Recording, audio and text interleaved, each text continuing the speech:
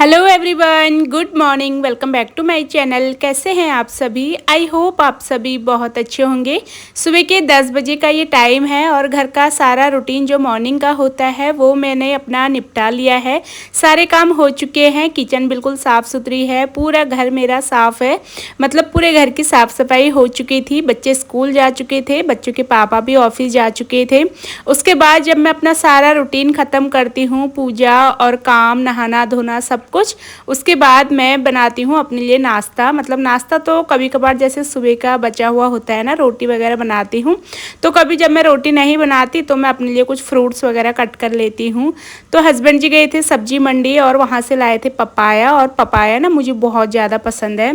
तो यहाँ पर मैंने अपने लिए एक पपाया कट कर लिया है। पपाया छोटे छोटे से साइज़ के थे ये पपीते, तो मैंने एक ना छोटू सा कट कर लिया था और बहुत ज़्यादा मीठा हो रहा था खाने में।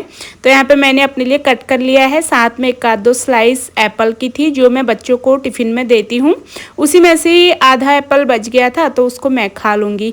नाश्ते में फ्रूट्स खाना ना मुझे बहुत ज़्यादा अच्छा लगता है। मैं कोशिश करती हूँ, जैसे फ्रूट तो मेरे घर में हमेशा रहते हैं, तो कोशिश करती हूँ रोटी सब्जी छोड़ के मैं फ्रूट्स ही खा लूँ। फ्रूट्स अगर आप जितना मॉर्निंग में खा सको ना उतने फ़ायदे होते हैं आपकी स्किन, आपके बाल और आपको फिट रखने के लिए फ्रूट्स सबसे अच्छा ऑप्शन होता है और फ्रूट्स हमें खाने भी चाहिए।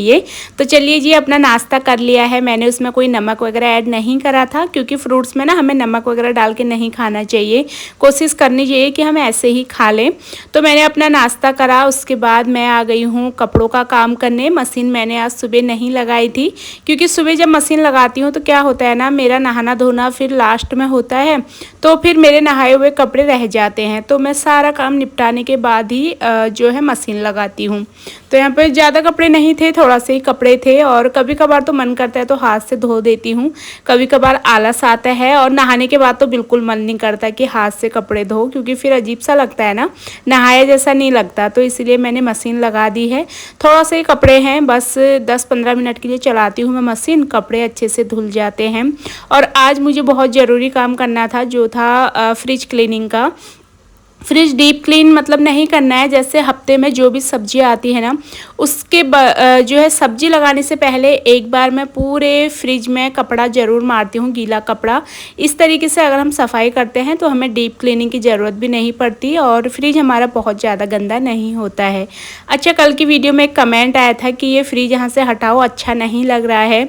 तो मैं ना बहुत ज़्यादा कन्फ्यूज़ हो जाती हूँ कभी कभार आप सबके कमेंट से भी, क्योंकि कई लोग तो पॉजिटिव तरीके से बोलते हैं कि दीदी ये काम ऐसे करो, ऐसे नहीं। पर कई लोग तो ऐसा उनको लगता है ना कि एक यूट्यूबर की लाइफ मतलब ऐसी है कि हम यूट्यूब में वीडियो बनाते हैं तो हमें बस जो आप लोगों ने कहना है हमें वो करना है। तो पहले मैंने फ्रिज यहाँ पे नहीं लगाया था, तब भी काफ़ी लोग अच्छे से भी बोलते थे, काफ़ी लोगों को प्रॉब्लम भी थी कि इन्होंने अपने घर की सेटिंग कैसे क्या कर रखी है।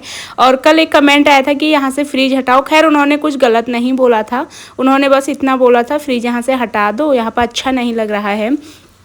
तो अगर मैं यहाँ से हटाती हूँ तो कई लोग तो बिल्कुल इस तरीके से बोल देते हैं ना, नेगेटिव तरीके से, कि आप यूट्यूब पे वीडियो बनाते हो ना तो जैसे हम बोलेंगे आपको उस तरीके से ही करना होगा और आपको हमारी बात को फॉलो करना पड़ेगा। और अगर मैं कुछ बोल दूँ उनके कमेंट पे कुछ रिप्लाई कर दिया, फिर उन लोगों को और ज़्यादा आफत आ जाती है कि ये तो यूट्यूब में वीडियो बनाती है, सोशल मीडिया देखता है, तो ये आंसर क्यों देती हैं। तो ऐसा नहीं है, मैं भी एक इंसान हूँ, चाहे कोई भी यूट्यूबर हो। अगर आप गलत बोलेंगे तो उसको भी तो हक है ना अपना पक्ष रखने का, वो आपकी बात सुनेगा तो अपनी बात भी ज़रूर रखेगा। अब देखिए हमारे घर परिवार में ही है, कई बातें होती हैं, तो अगर सामने वाला अपना पक्ष रखेगा तो हम भी अपना पक्ष रखेंगे ना कि हाँ यहाँ पे ऐसे होना चाहिए। तो पता नहीं क्यों कई लोगों को ना बहुत ज़्यादा वो होता है कि यूट्यूब में हो तुम किसी को रिप्लाई नहीं कर सकते, तुम किसी के कमेंट का जवाब नहीं दे सकते। तो मैं बहुत ज़्यादा कंफ्यूज हो जाती हूँ। फ़िलहाल अभी तो मैंने फ्रिज यहीं पर रखा है, अभी मैं इसको यहाँ से हटाने वाली नहीं हूँ। चाहे अच्छा लगे जैसा भी लगे कोई बात नहीं, बाकी देखते हैं आगे। अगर कभी मेरा जैसे एक ही जगह पर सामान देख देख के बोरियत सी आती है ना तो मैं सामान को थोड़ा सा इधर उधर शिफ्ट कर देती हूँ। फ़िलहाल तो इसको यहीं पर रहने दूँगी, बाकी जैसा भी लग रहा है अब मैं क्या बोलूँ, क्योंकि घर हर चीज़ को ना सोच समझ के रखना पड़ता है। अब मंदिर वाला रूम भी है, उसमें इतनी जगह नहीं है कि मैं इसको वहाँ रखूँ क्योंकि वो रूम ऑलरेडी फुल हो चुका है, तो इसकी जगह यहीं पर ही मुझे फ़िलहाल ठीक लग रही है, तो मैं इसको यहीं पर रहने दूँगी। हस्बैंड जी मार्केट गए थे, कुछ सब्जियाँ लेके आए थे, तो मैंने इनको ना वॉश करके रख लिया था रात को ही।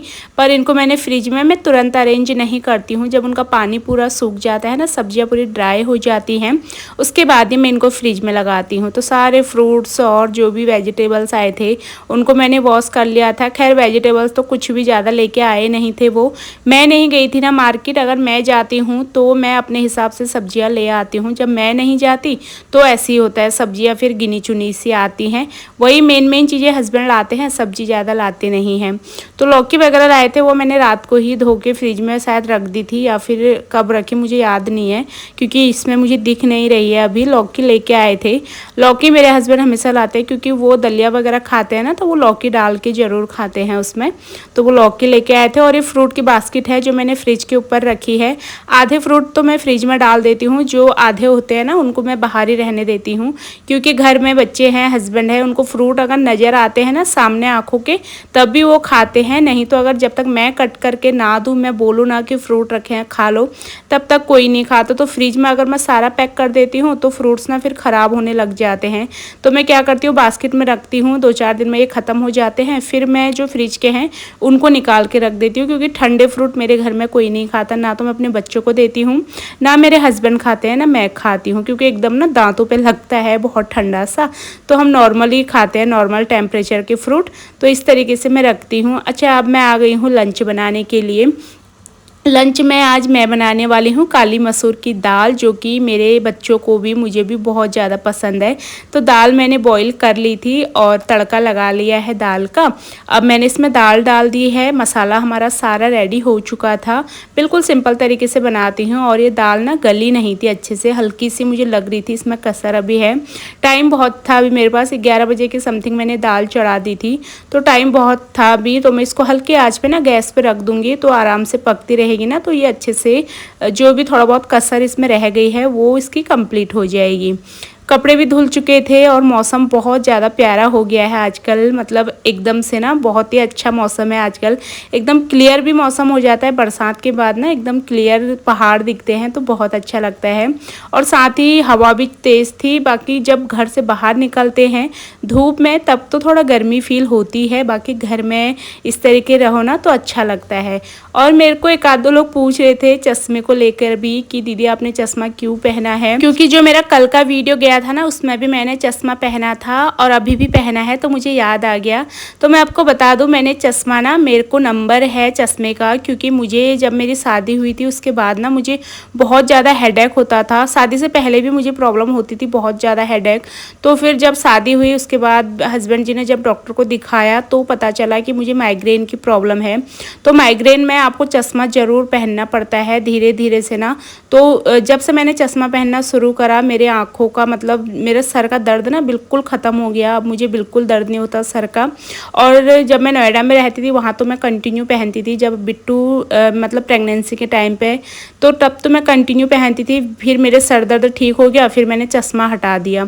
और अभी अब जैसे मैं यूट्यूब में वीडियोज़ डालती हूँ तो मुझे एडिटिंग वगैरह करनी पड़ती है, तो हस्बैंड ने मतलब अब मुझे सर दर्द वगैरह तो कुछ नहीं होता, पर जब मैं फ़ोन जैसे एडिटिंग करती हूँ ना मेरे आँखों में फिर मेरा सर एकदम भारी सा हो जाता है।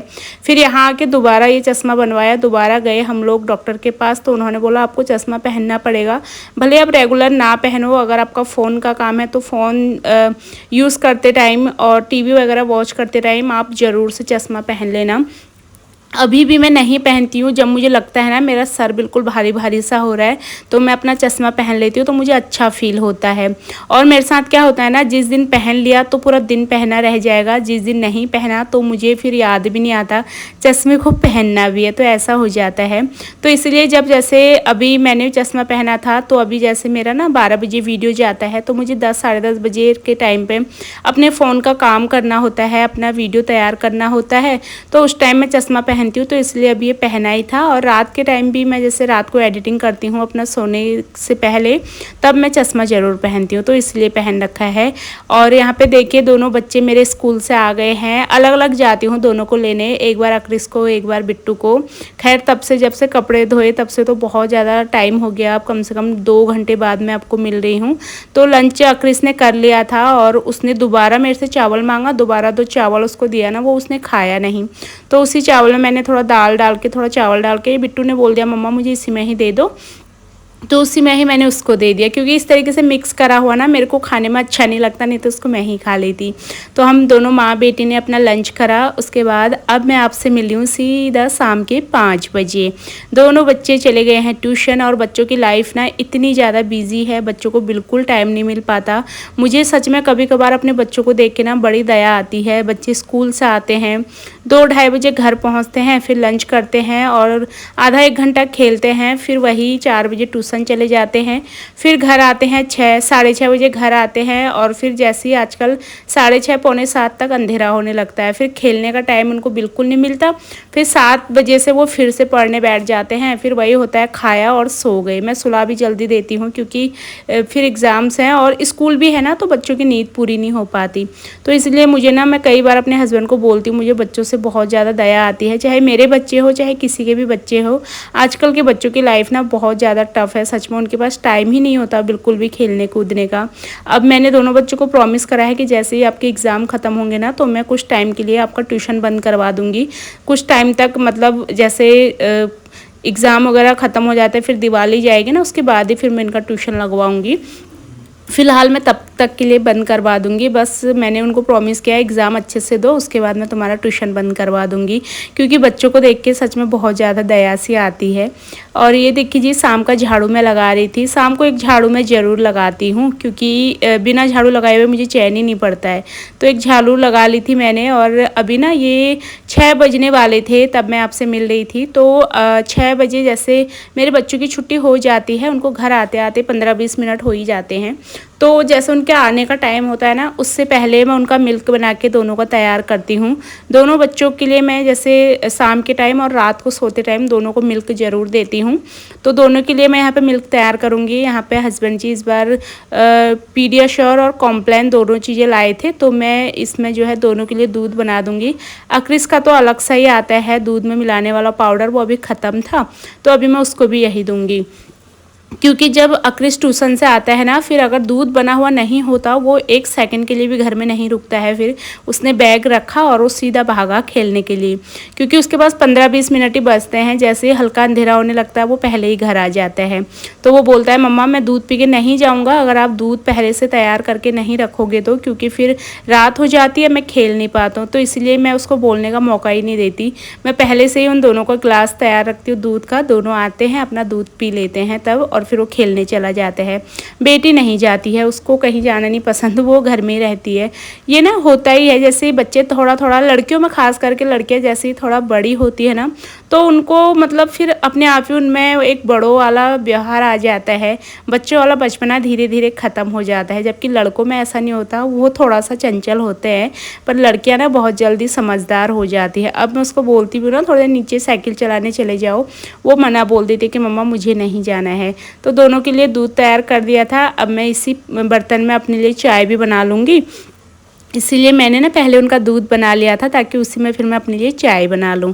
अब मेरी चाय बनके भी बिल्कुल तैयार है। हस्बैंड तो आए नहीं थे। कल मेरे पास एक कमेंट आया था कि दीदी मेरे हस्बैंड रात को 10 बजे आते हैं, तब तक मैं घर में अकेली होती हूँ, मैं बोर हो जाती हूँ। तो मुझे ना सच में बहुत बुरा सा लगा सुन के। मेरे हस्बैंड की तो 5 बजे छुट्टी हो जाती है, 5:30 तक वो घर आ जाते हैं।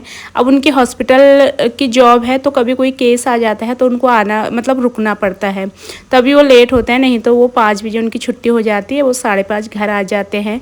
तो होता है कई लोगों के हस्बैंड नाइट ड्यूटी करते हैं, लेट नाइट आते हैं, तो सच में बिल्कुल अच्छा नहीं लगता। शाम का टाइम होता ही है जब मन ना उदास सा हो जाता है अगर घर में कोई नहीं होता तो। यहाँ पे दोनों बच्चे बैठ गए हैं मेरे साथ शाम की दिया बाती करने। शाम की दिया बाती भी हमारी हो चुकी है, और इसी के साथ ही आज की वीडियो को मैं यहीं पे एंड करूँगी। उम्मीद करूँगी आपको मेरा आज का वीडियो पसंद आया होगा। अगर आपको मेरा वीडियो पसंद आता है तो प्लीज़ मेरे चैनल को सब्सक्राइब कर लेना, मेरी वीडियोज़ को लाइक और शेयर करना बिल्कुल मत भूलना। मैं आप सबसे मिलूँगी अपनी अगली नई वीडियो में। तब तक के लिए आप सभी लोग अपना ध्यान रखिए, खुश रहिए। Bye bye and take care.